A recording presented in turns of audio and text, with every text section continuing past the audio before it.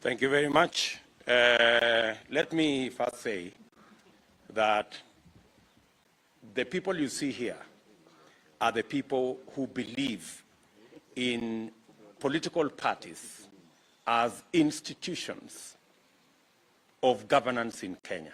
And we are committed to building the politics of Kenya on the basis of political parties that have an agenda, a program, and a manifesto on matters to do with the issues of the people of Kenya.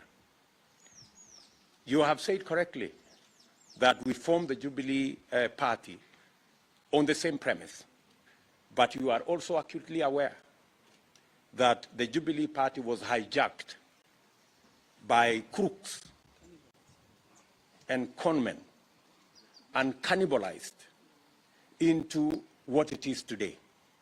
And you know those characters. They did everything. They chased everybody.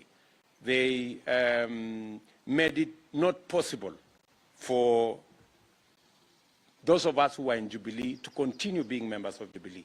That is why today 90% of what was in Jubilee is in Kenya Kwanza.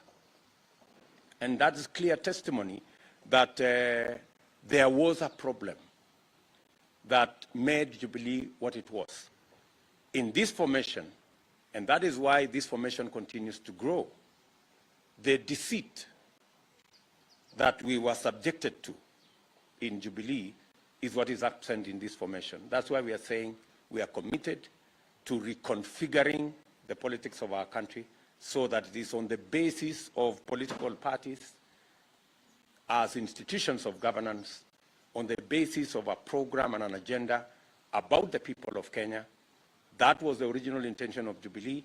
But when Jubilee was hijacked by characters who had other ill intentions, and that is why the program we had as a party, the Big Four plan that would have created jobs for young people using our housing program, the plan we had on matters to do with universal health coverage, the plan we had on agricultural transformation, the plan we had on manufacturing, agro-processing, value addition, that whole plan collapsed when the party was hijacked by people who had sinister, selfish intentions.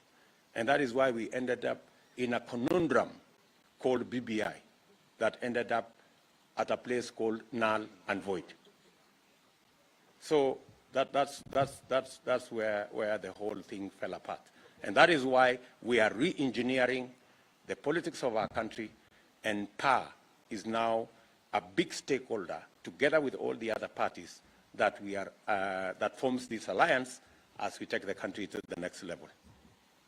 And let me also say that whatever was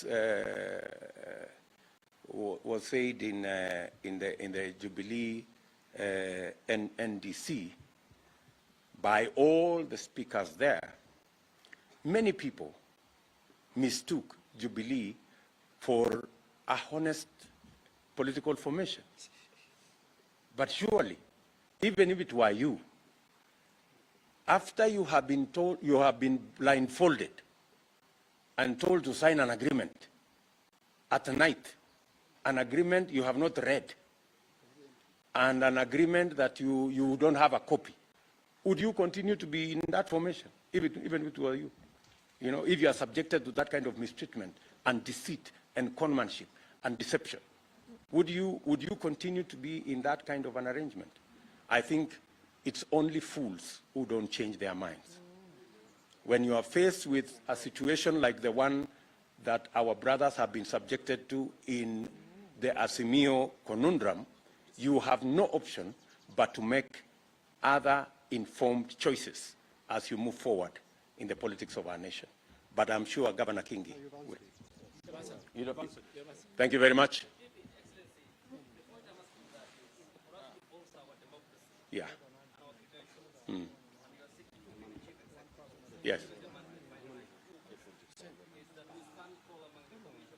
Yes. You're right. And why I say so is because he exfoliated you, is now on board your political camp or what you voted in the... For example, the former leader of the also exfoliated Muravadi.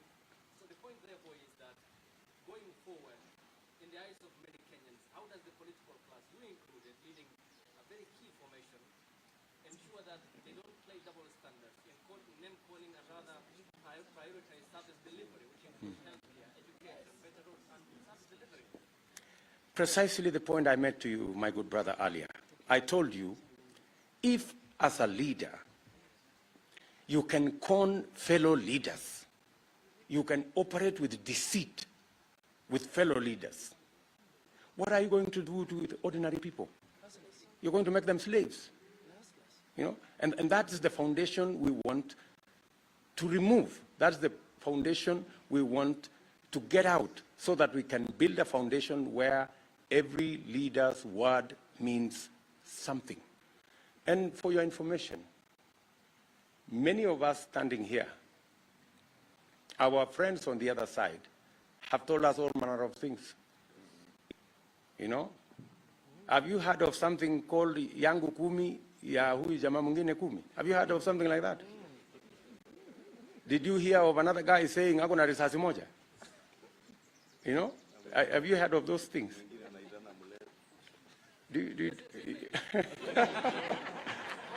So, I mean, that's the thing we want to get rid of. We want every leader to be held to their word. Yes, madam?